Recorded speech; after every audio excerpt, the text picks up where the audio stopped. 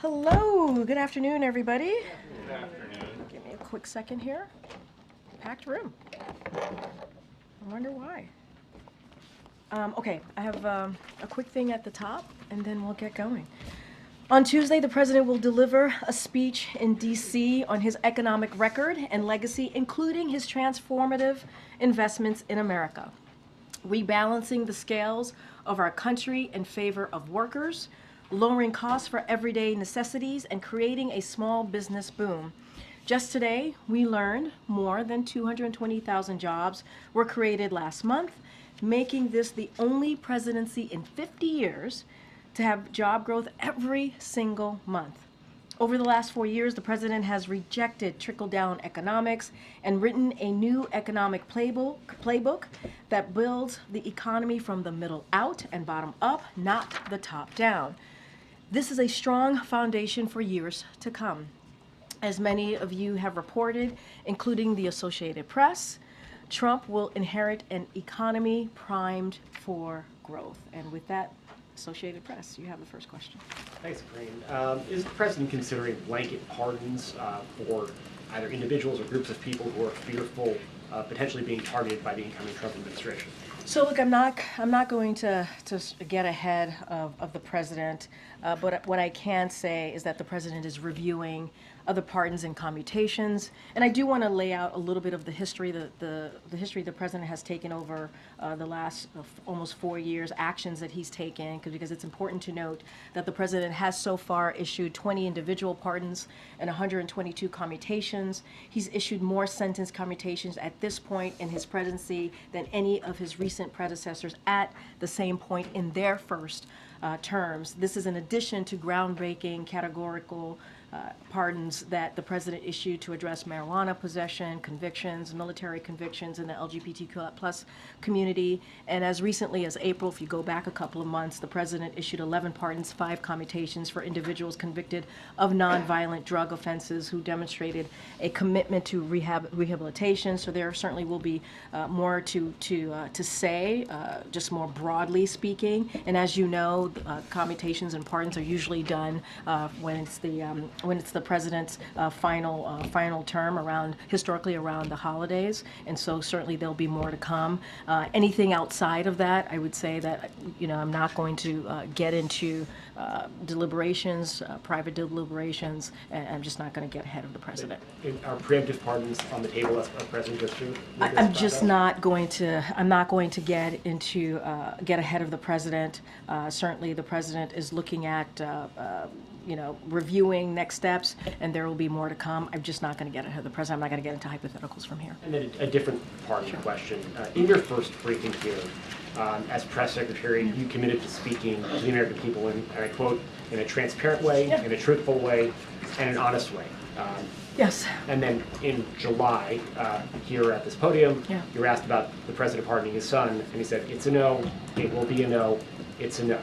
Yes. And that is exactly right. Of the president's son and that pardon, it became a yes. I'm wondering if you would like to explain to us, the American people, really why the information that you provided turned out not to be true. And I answered this question on Monday. We spent about 30 minutes on this, almost 30 minutes, roughly 30 minutes on this particular issue. And I'm just going to reiterate what I said on Air Force One to your colleagues when I did the gaggle. And look, if you look at his statement, it's pretty comprehensive. The statement that he put out on Sunday when he made this decision to pardon his son, Hunter Biden. It's in his own voice. I think it takes you through his thinking, and he did. He wrestled with this. And again, he said in his statement, in his own voice, that he made that decision this past weekend. And the fact is, when you think about how the president got to this decision, circumstances have changed. They have. And a couple of things, and I said this on Monday as well. Republicans said they weren't going to let up, weren't going to stop. Recently announced Trump appointees for law enforcement have said on the campaign that they were out for retribution, and I think we should believe their words, right? We should believe what they say. The sentencing was coming up, as you all know. There was a sentencing coming up, and the president said this in his statement, that Hunter and his family had been through enough. Enough is enough. And he wrestled with these circumstances, these changing circumstances ultimately. And the combination of that, the president changing his mind and issuing, certainly led to the president changing his mind and issuing this pardon. And one thing that I do want to point to, which I think is important, is what Congressman James Clyburn said when he was interviewed. He said, "I am absolutely okay with it. I don't know how many people urge him to do so, but I did." He seemed to be reticent about it. This is what Clyburn said when he spoke to the president 2 weeks ago. But I emphasized, continuing his quote, emphasized the fact that we as fathers have obligations to our children. So that was a conversation that the congressman himself had with the president two weeks ago, said that the president was reticent when he encouraged the president to do so. And this weekend, he thought about it and he weighed, it was not an easy decision to come to, and he put out a comprehensive statement, and I would certainly, offer that up to folks out there who are wondering. I would say, please read the president's response to this in full. I'm sure my colleagues have a few follow-ups, just very specifically. It's not only colleagues who watch this. There's also the American people. Exactly. So to be fair, and they were right? told by you in July that this would not happen, and it did. Do you, I'm saying, asking for yourself, not the president, but for yourself. Do you feel like you are owed an apology by the president? Do you owe an apology to the American people? Zeke, I just laid out the president's thinking. The president laid it out himself in his own words. He did. He laid out how he wrestled with this decision. He said in his statement, as a president, as a father, he talked about how difficult it was to make this decision. He thought about it this weekend. He did. He thought about it this weekend. He wrestled with it. And there are some, factors, some real factors that he took into consideration. And that's why I keep saying folks should just take a look. Take a look. Read his statement. And I know what I said. I know what the president said. That is where we were at the time. That is where the president was at the time. I am his spokesperson. This weekend, he thought about it. He wrestled with it. He wrestled with it and made this decision. That's what I can tell the American people. Why should they have any confidence in anything else? I think the American people understand, and I think they understand how difficult this decision would be. And I would actually add, and I think it's important to note here as you're asking me these questions, important questions to ask, that there was a poll, a US Gov poll that came out, that some of you all reported on it, and it said 64% of the American people agree with the pardon. 64% of the American people. So we get a sense of where the American people are on this. Obviously it's one poll, but it gives you a little bit of insight. 64% is nothing to sneeze at. But again, the president talked about this, his own words. He said this weekend he wrestled with this. This weekend he thought about this, and he made this decision. And let's not forget, we can't also forget what some of the legal experts and former prosecutors have all agreed on. Many across the country have virtually said no one would be criminally prosecuted with felony offenses with these facts, and they've all agreed. We've heard from many legal experts on this. You heard me quote the former Attorney General Eric Holder multiple times, I think about 8 times on Monday. No U.S. attorney would have charged this case given the underlying facts. Had his name been Joe Smith, the resolution would have been fundamentally and more fairly a declination, pardon warranted. And we've heard from many legal experts and also obviously a former U.S. attorney. Okay. All of those things you laid out were known long before Thanksgiving. Yep. And many Americans, in reflecting the 64%, certainly understand a father's point of view. But the president was declarative, you were declarative. You didn't give room for, depending on the outcome of the election or depending on the rhetoric coming from the potential next administration, the certainty with which the president and you portrayed the no pardon is part of where the question comes from. Because all the facts that you have outlined were well known in advance. And I would add, there has been some circumstances that have changed this, right? Republicans not letting up, saying they won't stop, they're going to continue to do this. I mentioned the recent Trump appointees of legal enforcement positions, right? That said during the campaign they would have, they were out for retribution, and so no reason to not take them for the word. I pointed to that. There was a sentencing coming up, as you all know. That was well known. I said there are multiple factors here. Not one thing led to this. Multiple factors, and if you look at all of these, it's a combination of reasons why the president wrestled with this over the weekend and made this decision. Now that you've had time, and the president has had time to absorb how the public has responded to this, to think on it further, does he have any concerns about the fact that he had been so declarative and then granted this pardon? It's clearly done, and many Americans understand as a father how he would do that. But does he have concern about his credibility or the impact it might have on future pardons? So, and I will also say, just to bring up Clyburn again, because I think it's important, right? Because you were asking me what we said over the summer. Clyburn spoke to the president 2 weeks ago, and the president, he said, this is Clyburn's words, the president was reticent when he tried to encourage him to pardon Hunter Biden, and I think that is his son, obviously, and I think that's important to note. Look, I would refer you back to the last couple of sentences in in the president's statement, and I think it's important here where he talked about wrestling this and wanting to understanding that the American people are fair-minded, and talked about the importance of doing this and thinking about this over the weekend and coming to this decision and how he wrestled with it. And that was, I think, a message directly to the American people. The whole comprehensive statement was something that he wanted to share with the American people. But I think the way he ended his statement actually acknowledges and wanted to be very clear to the American people his own personal thinking about this, and understanding that they would look at this, and he believed they would be fair-minded about it. And this was not easy for the president. It wasn't. Because you all mentioned the statements that we have made over the summer. So obviously this wasn't easy to come to this decision. He could have reserved the right to consider it later. And when he's that declarative as the President of the United States, that's where it carries weight. No, I understand. And Kelly, you know this president. You followed him during his vice presidency, right? You have covered him. When he's asked a question directly, he answers it directly. So we are where we are. So does he regret that he had misled the public about what would eventually happen? Look, what I will say is he laid out his thought process. He talked about the underlying facts of the case. He thought it was very important. That was part of the first paragraph of his statement, wanting to explain and talking about the gun charges, right? Talking about the tax cases, and wanting to make sure that they understood, like, these types of things would not be a normal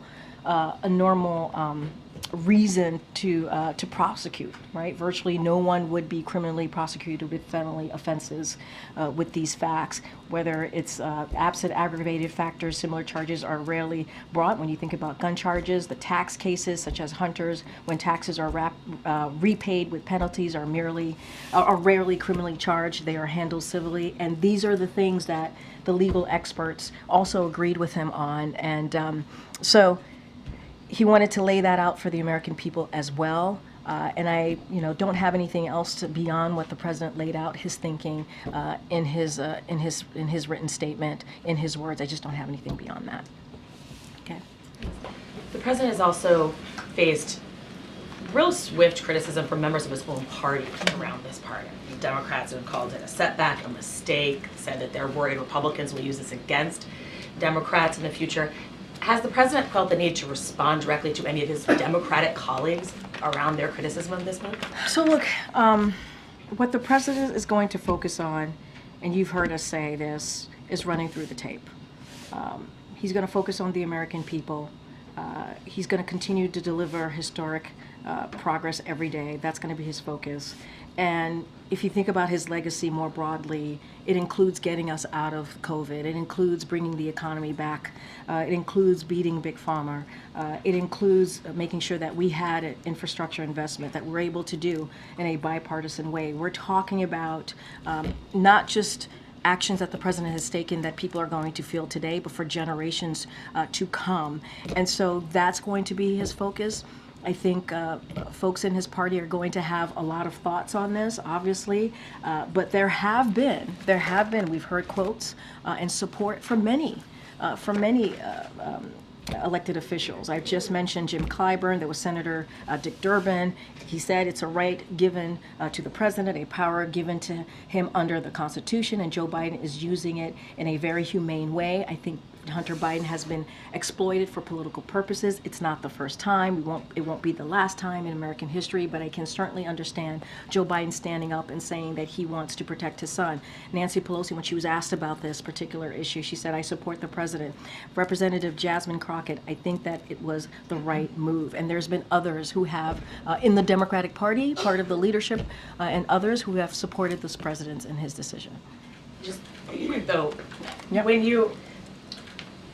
when the president is saying that he believed it was a political prosecution, does it make it easier for incoming Trump to also say that he's pardoning January 6 rioters because he believes that those are political Look, I'm not going to get into what the incoming administration is going to do or not do. That's not something that I'm going to speak to. I've been pretty consistent about that since the election. We've been very clear about where we stand on January 6th.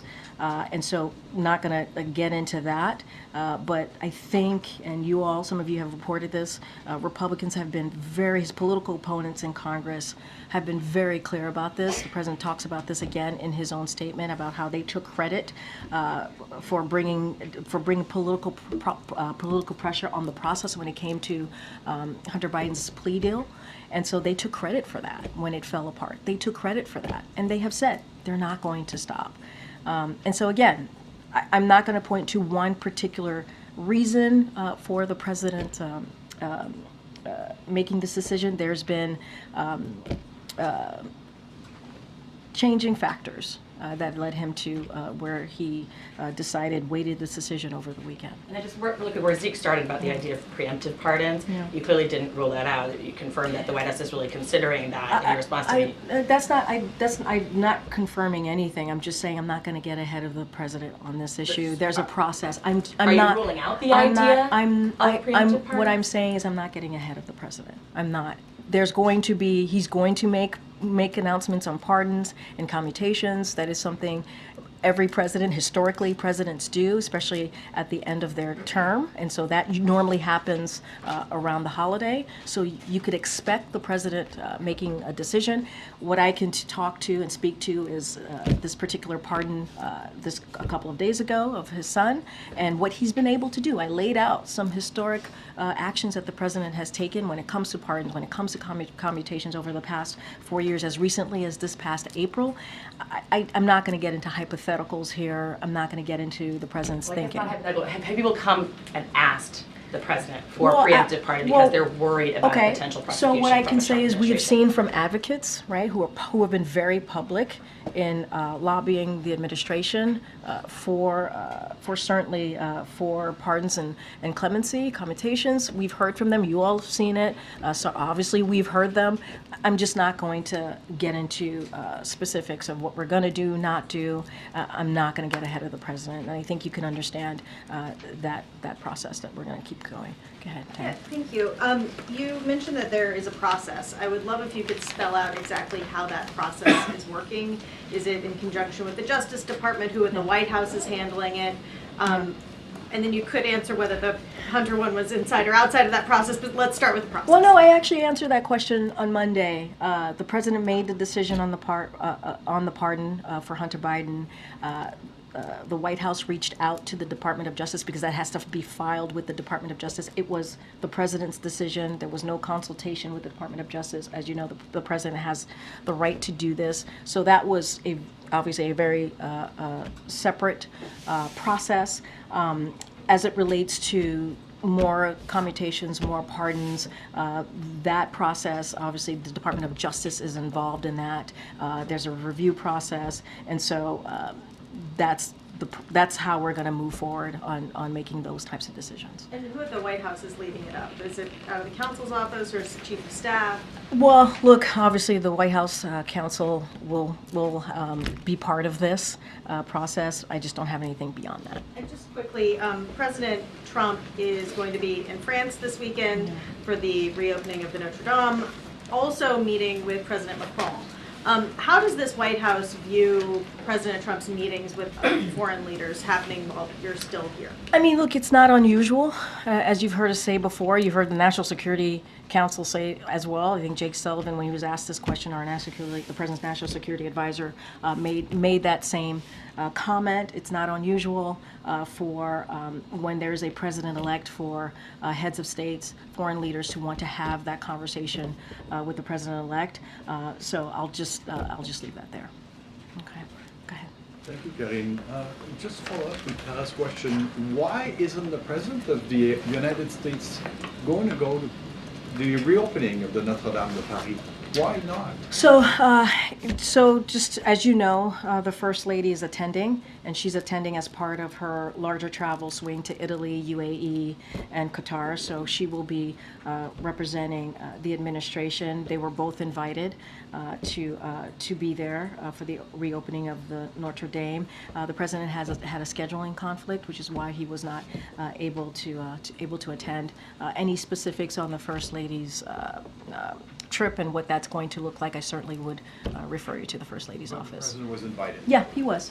There was scheduling conflict, which is why he decided not to attend. But the First Lady is there, and he's very proud that she's there representing us. And anything further on her visit, certainly I would refer you to their I have a office. question. Thank you, Karine. I also have a question on the Canadian Foreign Minister today launched the new Canada's new Arctic foreign policy, face Russia, China. 4 years later, and with a successor who seems to be skeptical, how does the President sees Canada's involvement in mutual defense and international crisis? So look, the President values our strong partnership with Canada and their leadership to this particular announcement on addressing major challenges of our time, such as combating climate change. As you know, the President has taken that issue very seriously by putting forth one of the most historic piece of legislation that really deals with climate change in a way that we have not seen any other administration deal with it.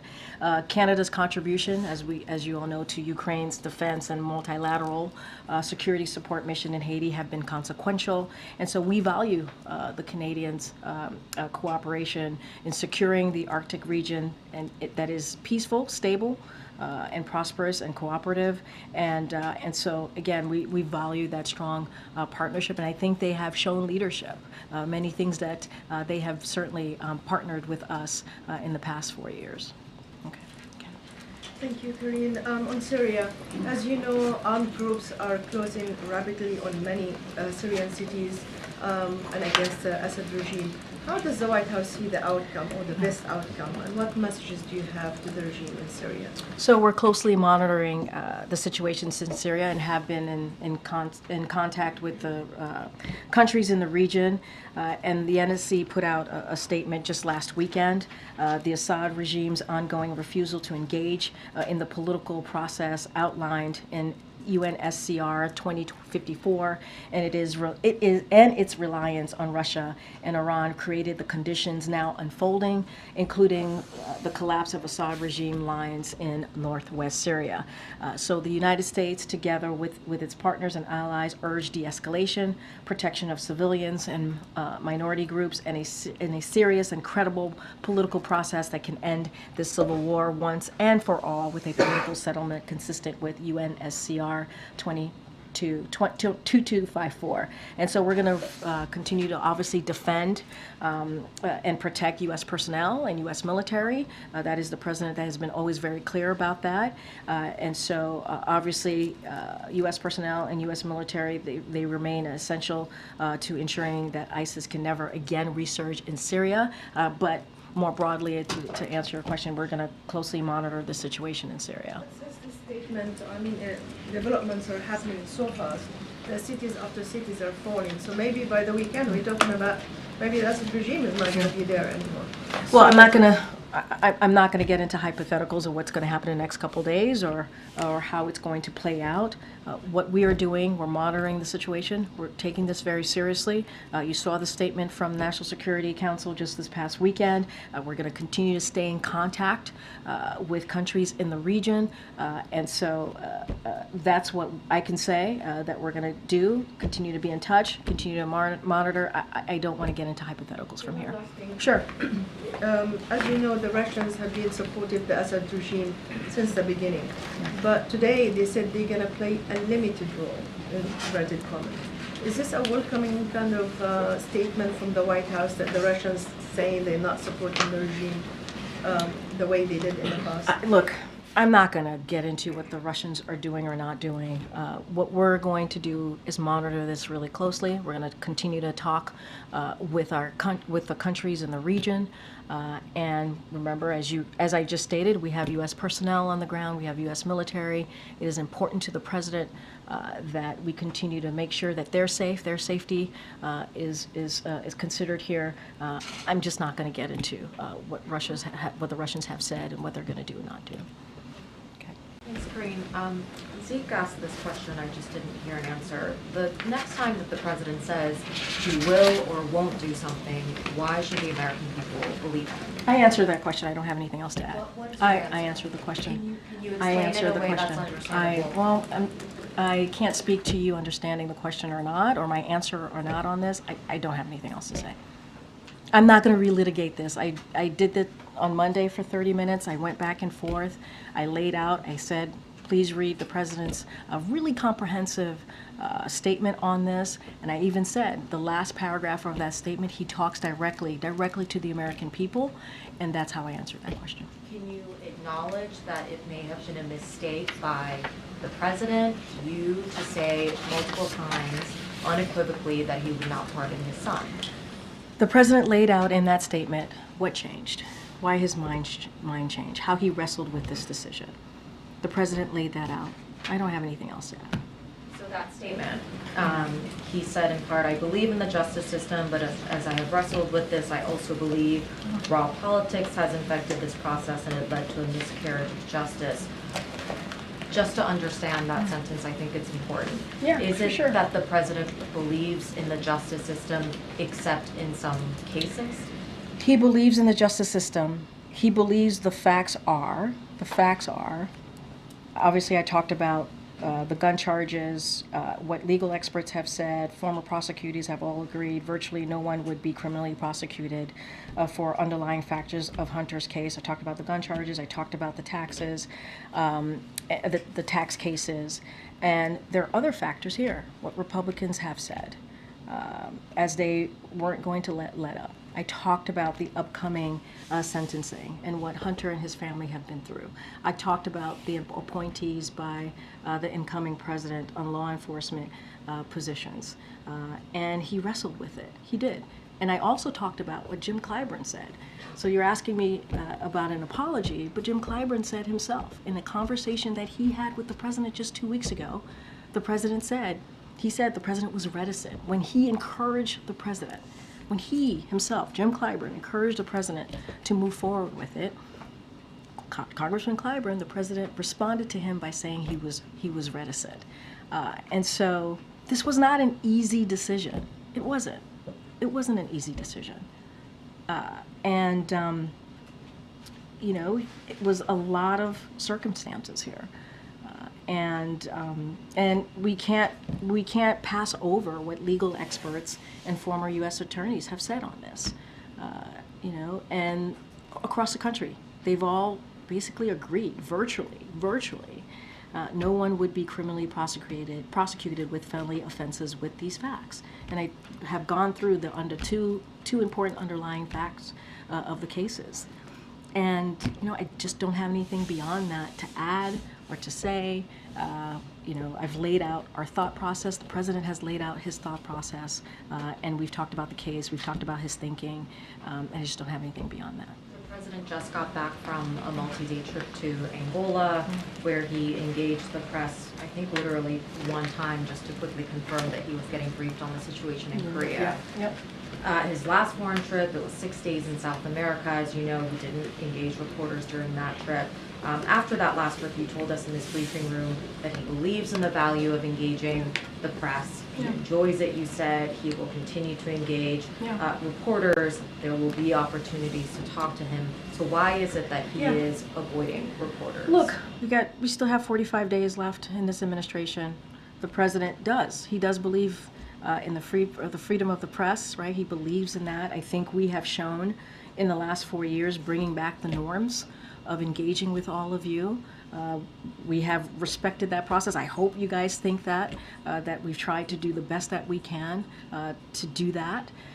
And the president he really does enjoy having a back and forth. And when the president, and I do want to say, he did take a moment to have a back and forth with all of you when he was in Nantucket with some of your colleagues who traveled with him. He did take some questions there, so it's not like he hasn't taken questions at all. He did have he did do a gaggle when he was in Nantucket around the holiday and took some questions. And so he'll continue to do that. And look, he was really focused, and many of you who've asked me this question, he was focused on his last ACONUS. He had the G20, the last G20. He had APEC, which was all incredibly important, wanted to focus on his engagement with leaders, heads of states. He did that. The trip to Africa, as you all know, was a promise that he wanted to keep, and it was a great trip with very substantive discussions, and we were able, again, to show his global leadership.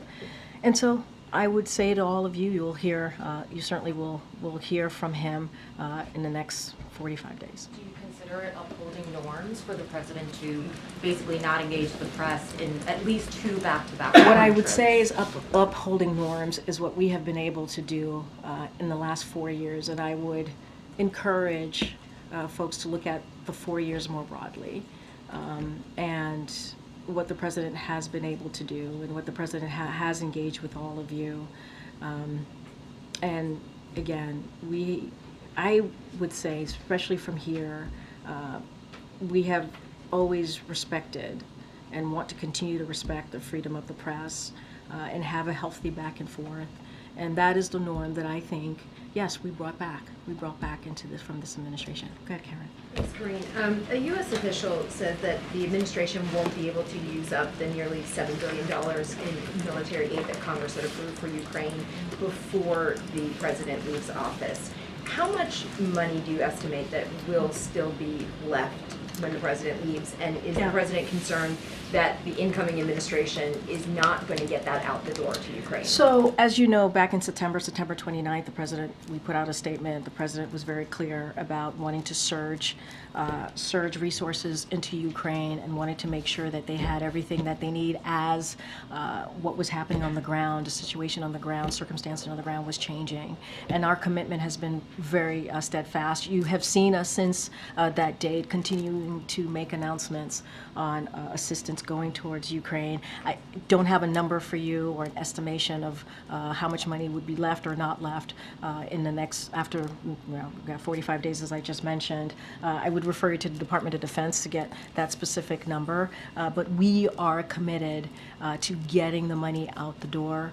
We are committed to make sure that Ukraine has the resources that it needs. As you know, we have led that. This president has led certainly that charge globally in making sure that Ukraine has the support, making sure 50 countries have gotten behind Ukraine, make sure the NATO alliance is stronger than it's ever been before. And I think you see that commitment from this president, and so we're going to continue to surge that. With this acknowledgement that there will be funding left when he leaves, and given that this has been such a top priority for the administration and for this president, is he worried that when he leaves, that the incoming Yeah. administration is going to leave this money on the table and not get it out? And so look, again, I'm trying to be really mindful not to get into hypotheticals or what the next administration is going to do or not do. We got to let that process move forward. What I will say and remind folks that we got that funding in a bipartisan effort, right? That's how we were able to get that funding to make sure the resources were getting into Ukraine.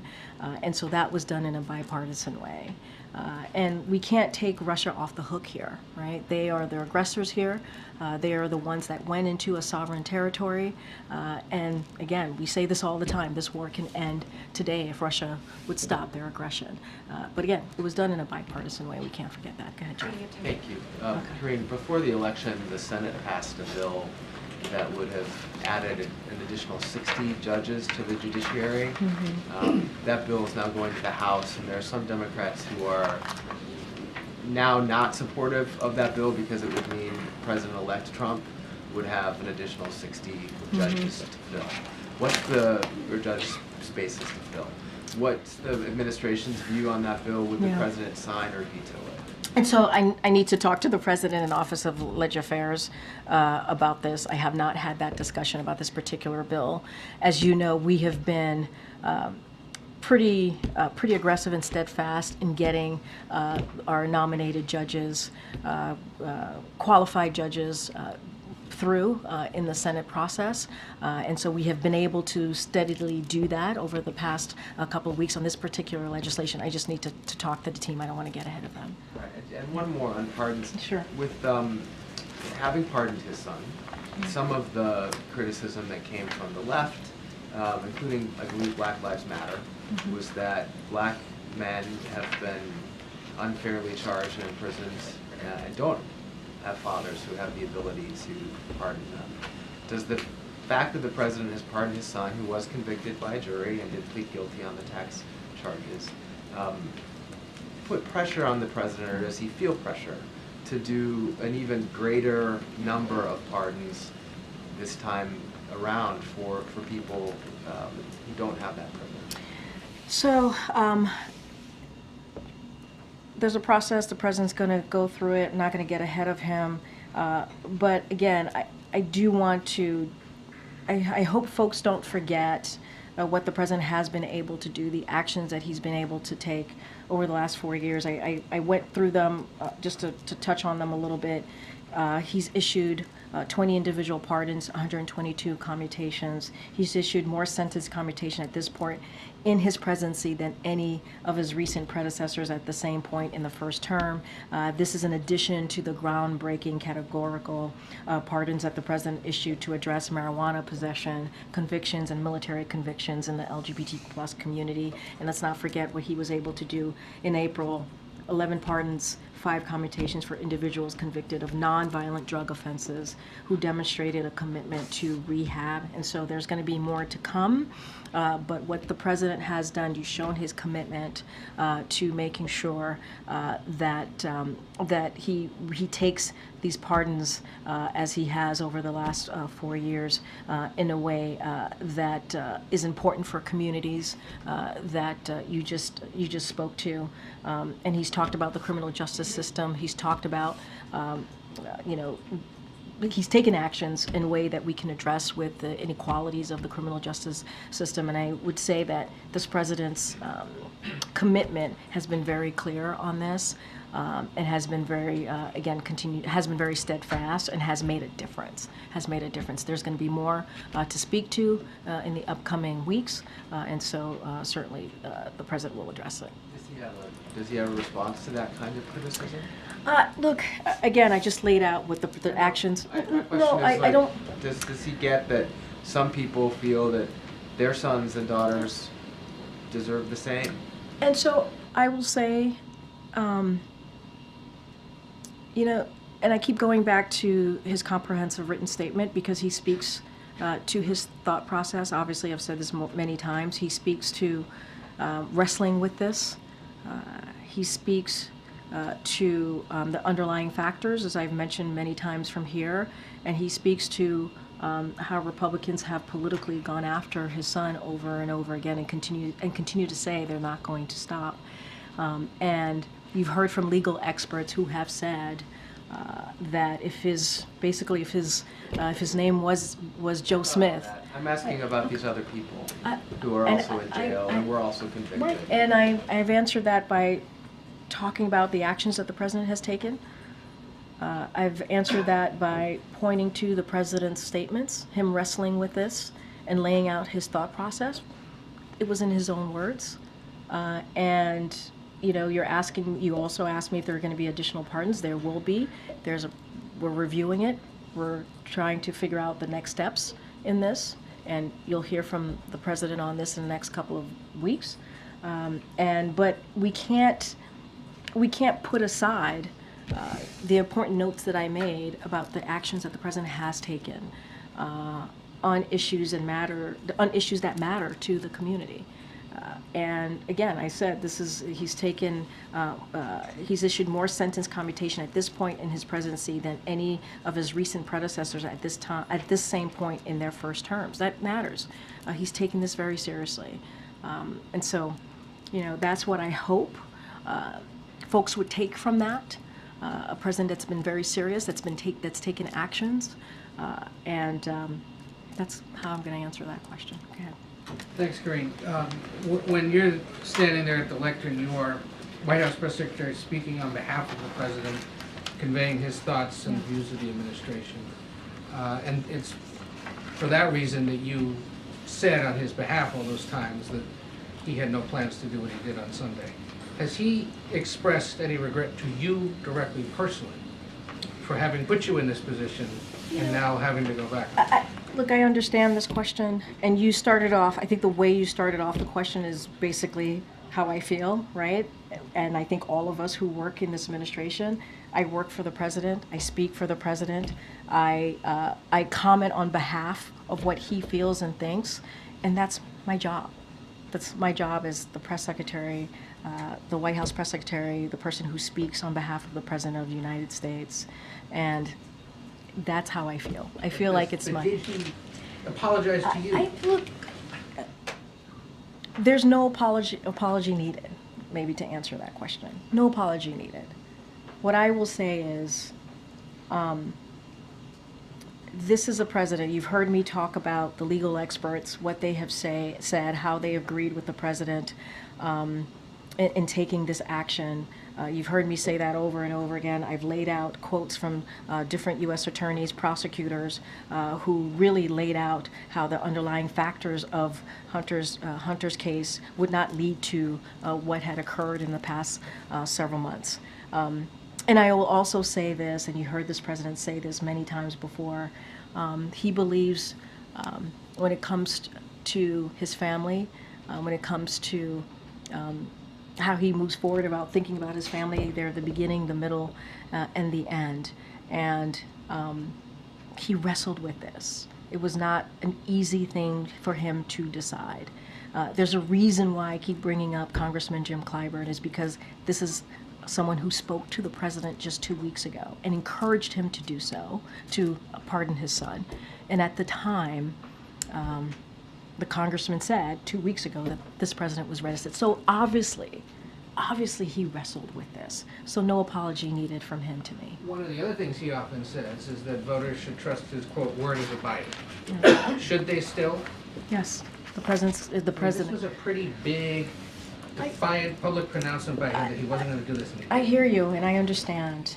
But the president wrestled with this. He truly did. And, you know, I called out the U.S. Gov poll, where 64% of Americans, that's not a small number, agree with the president's decision to pardon his son.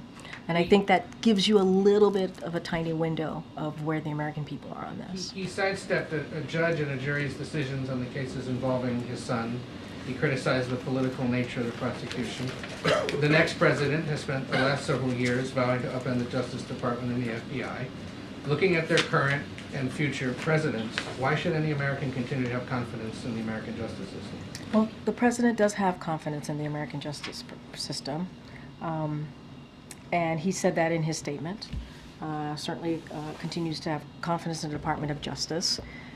what They he, see two what, leaders who Oh, okay. single out incidents that involve them or their families and say, well, they're not Can being I- fair to me, okay, but can the I, rest of you should can agree with it. can I just be very blunt here? The situation with Hunter Biden and what the incoming president has said are very different. But they're making similar Well, arguments, yeah, which is but- that they've been unfairly prosecuted because of who they But are. I don't think those two things are the same. I just don't.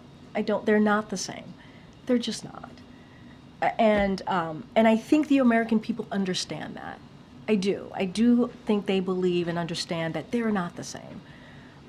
What the president's son had to go through, and what we've heard from legal experts, former U.S. attorneys general, who look at this case, who understand this case, and have said, this would not there would not be this situation.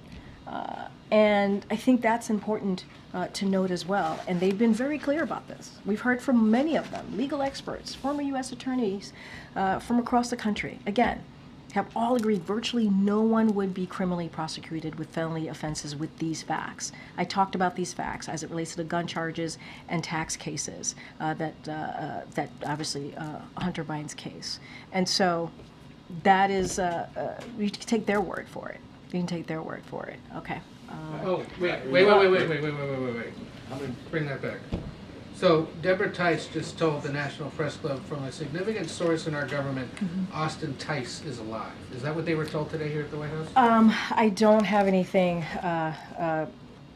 to share about conversation on this particular matter. What I can say, though, is that Because there was a meeting here today. no, at the White House exactly. with The her National family. Security Advisor to the President, Jake Sullivan, did have a meeting with Austin Tice's family this afternoon. And Jake Sullivan has regularly met with the families of wrongfully detained Americans, so this is in line of what he has been able to do. And so we're going to continue to make sure that we get Americans who are wrongfully detained or Americans home to their families. You've seen that. I think you've seen that commitment truly from this administration, what we have been able to do certainly in the last several months over the past 4 years. And we've brought home 75 unjustly detained around the world. So we work around the clock. We partner, obviously, with partnership with our allies, and we negotiate the release of Americans. I don't have anything to say about that particular statement, but obviously, Austin Tice's family. I can't even imagine what they're going through right now as they think about Austin Tice, as they, I'm sure, have continued to hope and pray for Austin to come home to them. And what we have been committed to is making sure that Americans get home. 75 Americans unjustly detained around the world. We have been able to do that because of this president's leadership. And so I think that matters, and I think that shows the president's commitment. Great. Go ahead. I know. Yeah, we're gonna go. Go ahead. Thanks, Karine. So soon after the president announced the ceasefire deal Israel and Hezbollah, President-elect Trump's team immediately, claimed credit for it. Just last week, there was a video out, released by Hamas of one of the hostages. Is the White House working with the Trump team to negotiate, the hostage crisis? So what I can say is we're going to continue to work 24/7 as we have day and night to secure a deal. And that would certainly free the hostages, bring about a ceasefire in Gaza. And so we have been in touch with the President-elect's team to ensure that they're aware of our efforts. And so we believe they are supportive of them, the President-elect's team, and these conversations have been constructive. But we have been doing the work for some time, right? We've been working around the clock in getting that done. And so that's what we're going to continue to focus on. Okay. All right. Thanks, everybody. Karine. Thanks, everyone. The murder of the United Healthcare CEO, can you address that briefly, Karine? The murder of the United Healthcare CEO?